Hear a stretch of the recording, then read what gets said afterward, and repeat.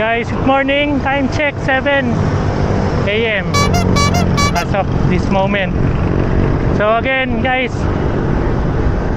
meron tayong chika ulit. Pero actually same pa rin ang location natin. So ang chichika natin is at least sana makasabay tayo kay Idol Ian Howe.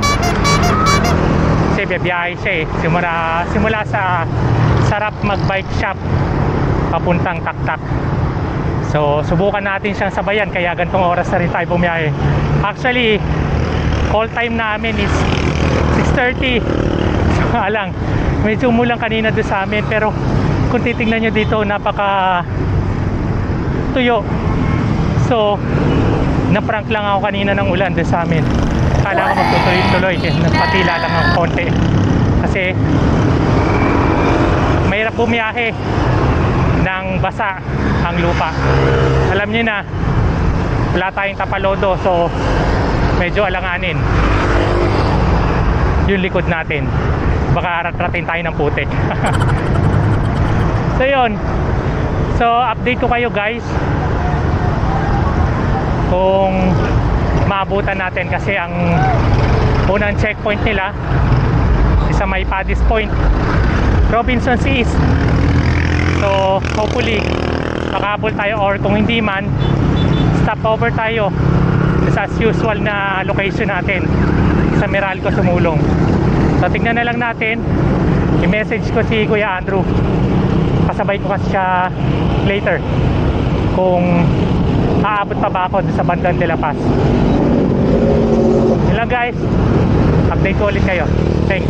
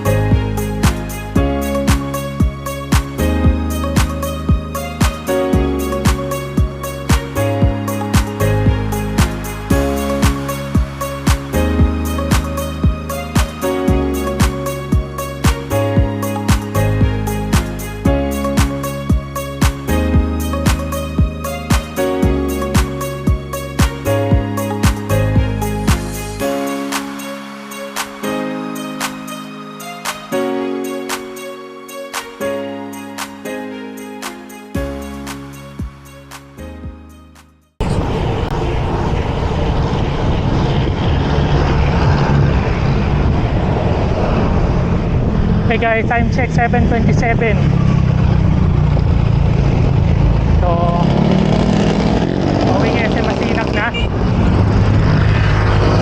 So kahit paano bumilis-bilis ng konti.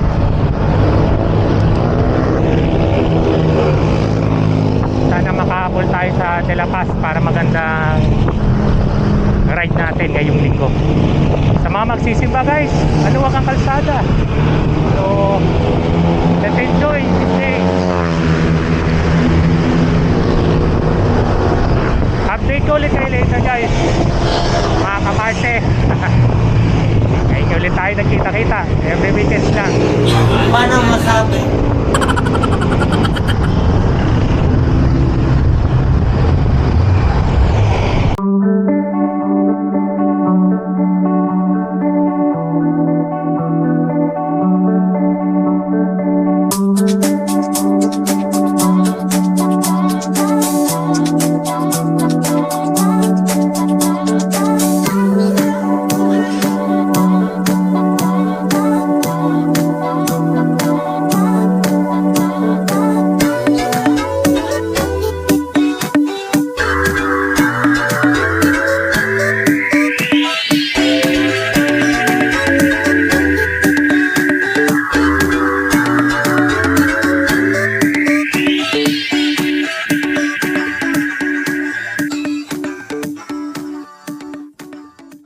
time check 7:36 AM.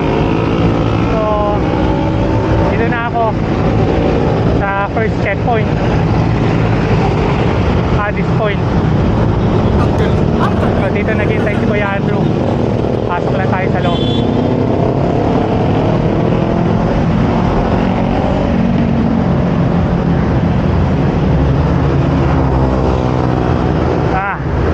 Parating din. Ayun na. Say hi kay Kuya Andrew. Hey guys, time check 7:43. Master, Yeah. pwede naman picture. Oh, dito si Master.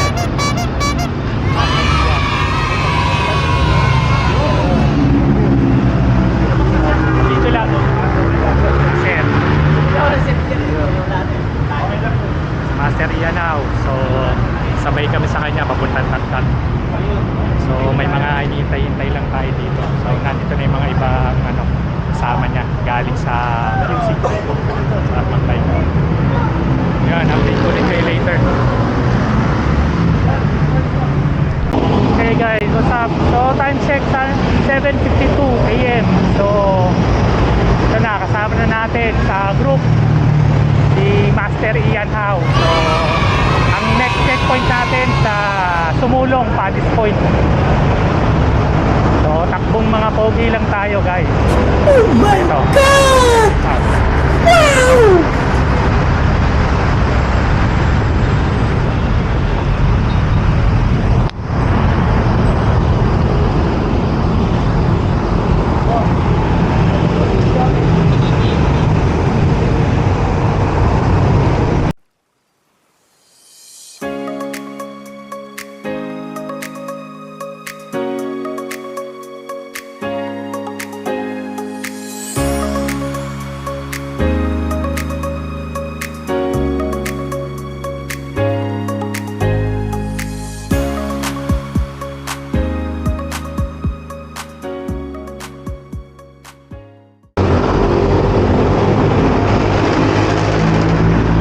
Time check 8:05 AM. So dito na kami malapit sa Centro Mall. Kasama si Master Ian. And then yung mga ibang Team Apple, Uy, sana all! si Master Ronnie as well. Ayun.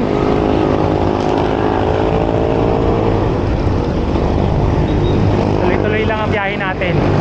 So meron pa tayo dito sa likod, marami pa.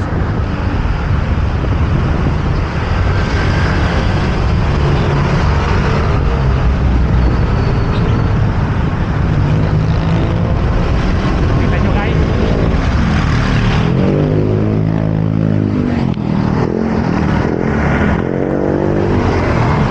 Tuloy-tuloy ang ride, tuloy-tuloy ang saya. Ito ang chika natin ngayong linggo, this weekend. Wag lang sana masyadong uminit kasi sunog na tayo, masusunog pa ulit. So yun, update ulit kayo later guys. Okay, time check 8:40 AM. So nandito na kami sa second checkpoint, which is Addis Point, Sumulong. So yan, kung makikita nyo, mahaba yung registration niya. And then yung third checkpoint niya is sa Antipolo Cafe. And then Addis Point ulit sa may bandang Teresa yata. So medyo nakakapagod na kasi dito pa lang nakakaubos-abusan ako ng tubig, so kailangan ko mag-hydrate muna. So waiting kasi ang haba ng registration, kung hanggang ano oras kami abutin dito. So yun lang guys, update ko ulit kayo later. Kung nakikita nyo, sobrang pawis ko na. So yun, samahan nyo ulit kami.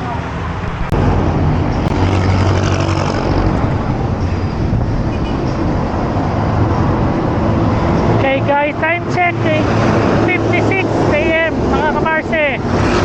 So nauna na si Master Ian. Nagbuko na lang kami sa tabi. Ang haba ng pila, may registration. Oops! May registration doon. May paraffol si Master. Kaso hindi na kayang kasi mahaba. So subukan na lang namin sundan sa Antipolo Cafe. Hopefully makabiyahe kami dire-diretso kasi talagang napakainit na.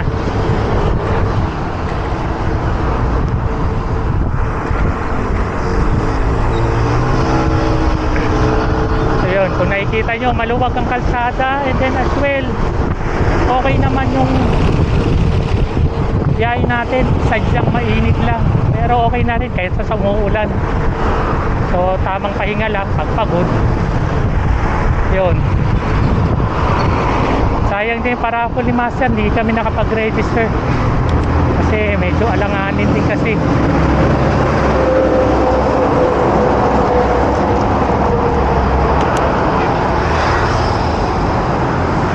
Alanganin kung makadiretso pa kami doon sa Paddy's Point, yung last checkpoint, kasi di ganun kadali bumiyahe ng napakainit, pero subukan natin.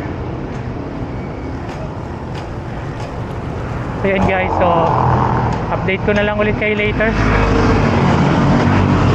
Maahon pa kasi tayo ngayon dito eh.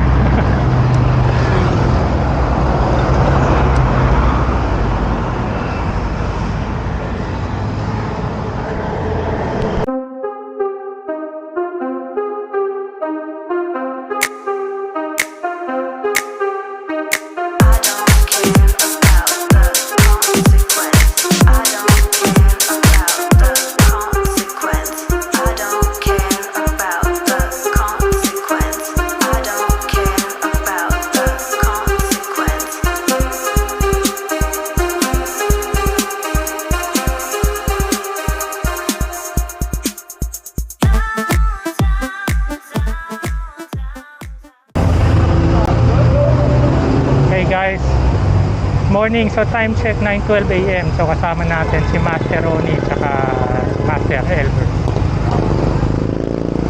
So nauna natin na Master Ian Howe punta sa Antipolo Cafe. So waiting kami sa ibang mga kagroup.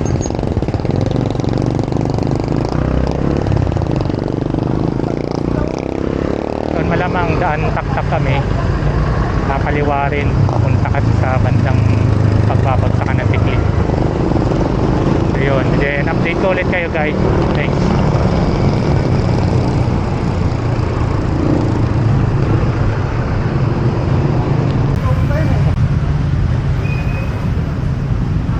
So guys, time check 9:19 AM. So nandito na kami sa Antipolo Cafe with Ian Howe, nandiyan sa loob. So dami namin dito. Hindi namin alam kung paano kung may makakapasok sa loob. So tambay nyo muna kami dito sa labas hanggang sa kung makaka-join pa rin kami hanggang Paddy's, Madang Teresa nila. And then update ko ulit kayo guys.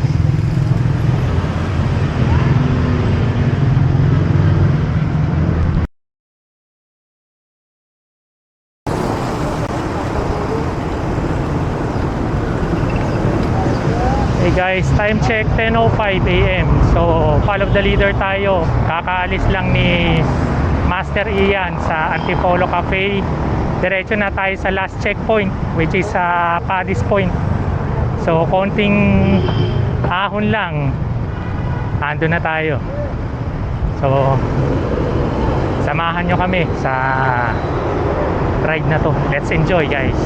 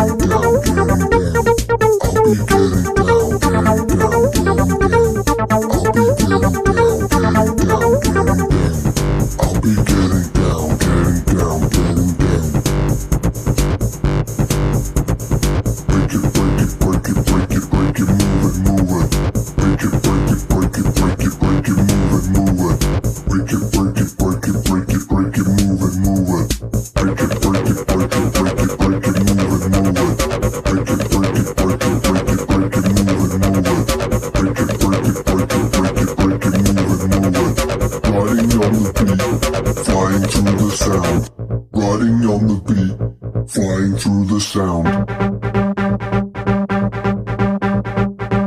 Up and down, round and round.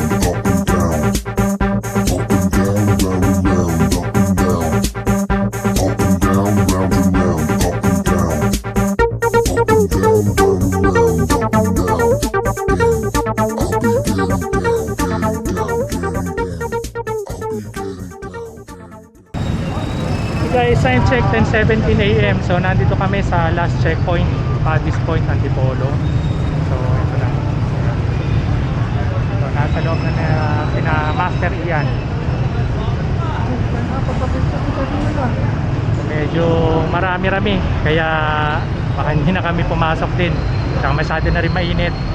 So dumaan lang kami dito para at least na naka-join kami ni Kuya Andrew dito sa Yaya Ride ni Master Ian.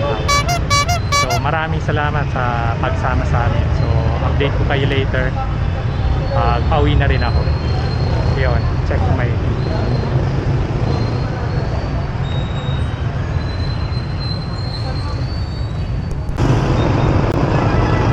guys, time check 10:41 AM. So pauwi na kami ni Kuya Andrew. Andyan siya sa harap. So ang pagkain na libre doon is pansit. Kaya hindi ko alam yung soft drinks, hindi naman kasi nakaakyat. Nabanggit lang sa akin ni Kuya Andrew. So maraming salamat Master Ian sa pagyaya sa amin sa ride na to. So, nakaka-enjoy siya kasi maraming kasama, maraming grupo na nag-bonding para sa kanya. Easy po, anong pasalubong kaya ano? Oh, bibili ka ng ano, ang pasalubong? Ano yan? KFC ulit. Hindi na ako dadaan din. So, bibili ng pasalubong. Lang sa akin. Update ko ulit kayo guys later kung bibili pa ng pasalubong si Kuya. Guys, time check 11:27 AM. So buti na lang makulimlim. Kumain pa kami ni Kuya Andrew sa Jollibee, bigla ng gutom. So ngayon pauwi na, dire-diretso ang way ko papuntang Taktak, pero liligo na ako, hindi na ako magpapangabot sa lugar na yun. So kalmado naman ang biyahe natin. Ayun nga, actually guys, may mga kamarse, may mga ikikwento kanina. So actually may umaatras na sasakyan, eh nakaparada yung bike namin doon. So hindi napansin, naatrasan yung bike ko. Buti na lang walang gas-gas or hindi tinamaan ng gusto. Kasi kung may tama yun, humingi ng pasensya yung yung driver. Yun nga, sabi niya kasi may barker pa nga, sabi ko doon sa barker bakit hindi nasabihan. So sabi sumisigaw kasi nga maatrasan, nakasarado kasi yung niya, para siyang multicab eh. So talagang hindi niya napansin, hindi siya yung parang sasakyan, yung private car na merong back camera. So yun nga, ganun nangyari. So at least safety naman yung bike, wala namang gas-gas or anything, parang nausog lang. Buti hindi ganun kalakas yung dire-diretso yung pagpasok niya ng pag-atras. So yun, sa mga siklista as well sa mga driver, take extra careful lalo na kapag nagbabaking tayo. Ang traffic ngayon update ko na lang kayo guys later. Mainit na traffic guys. Time check 11:50 AM. So dito na tayo sa may paliko sa amin, may kanto ng 7-Eleven. Siyempre bago makauwi may hirap muna. So isang banayad, isang matinding ahon yung kailangan ko muna lang pasan bago ko makauwi ng matiwasay. Ayan dito 7-Eleven, hindi ko tayo dito. So yun, update ko ulit kayo later guys, malapit-lapit na ako sa amin. Thanks. Okay guys, time check 11:56 AM. So nakarating din sa malapit sa bahay. Total kilometers 36 kilometers. And then max gradient natin ngayon pumalo ng 14.3 yung taas. And then yan nga, mainit ang temperature, 37 degrees. So talagang sunog-sunog tayo. So yun lang guys, maraming salamat sa pagsama sa akin. I hope na magustuhan nyo, and please like, share and subscribe, and don't forget to hit the notification bell para at least palagi kayong updated kung meron akong bagong upload. So maraming salamat and see you in the next one.